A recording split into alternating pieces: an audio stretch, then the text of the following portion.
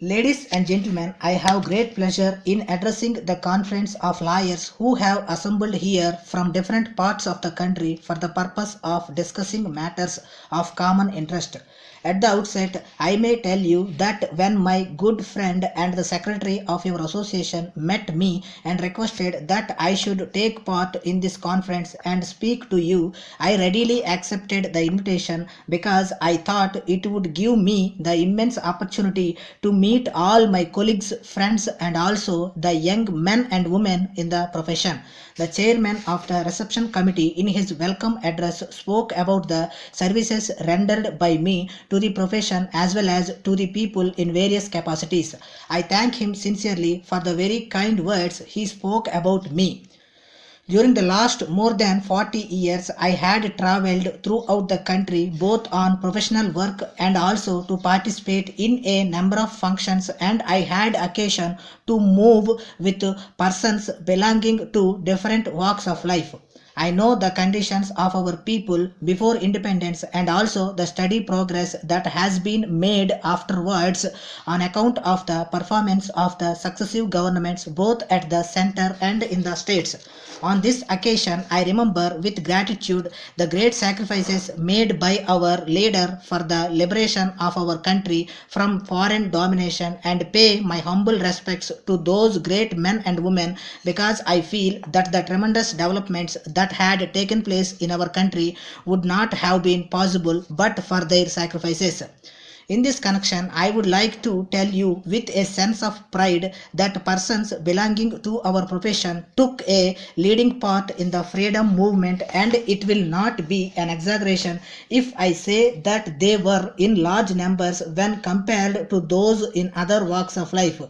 That was in these days lawyers in the forefront of the freedom struggle and took upon themselves the responsibilities of shaping the public opinion against the foreign rule by uniting the people irrespective of caste, language or religion for a common purpose. They addressed large gatherings of men and women in several parts of the country and impressed on them that Swaraj was their birthright. We know that on account of their activities of this nature, they had to undergo a lot of sufferings under the British rule. The reason for mentioning all these things here is that we who are privileged to belong to the same profession can really feel proud about them and at the same time dedicate ourselves to play our part at the present moment in such a way as to inspire the future generation. I hope you will not misunderstand me if I mention that when compared to the days prior to independence, the number of lawyers taking part in politics in recent years is not appreciable. I am drawing your attention to this aspect in order that you may think about it in all seriousness. It is my wish to in the years to come, lawyers should take an active part in politics in a large scale. The reason is this. If you take some more interest in politics and public activities, you will be in a better position to understand and appreciate the difficulties and problems of the people, and you can help to solve them either in the courts of law or by taking up the matter with the appropriate authorities. In them, people will have great respect and regard for you, and I have no doubt that in course of time, many of you will have ample opportunities to rise up to positions of power and responsibility. It is also my desire that more and more lawyers should stand for elections to local bodies, state legislatures and parliament, and I am sure that with their knowledge in law and public matters, they can serve the people better.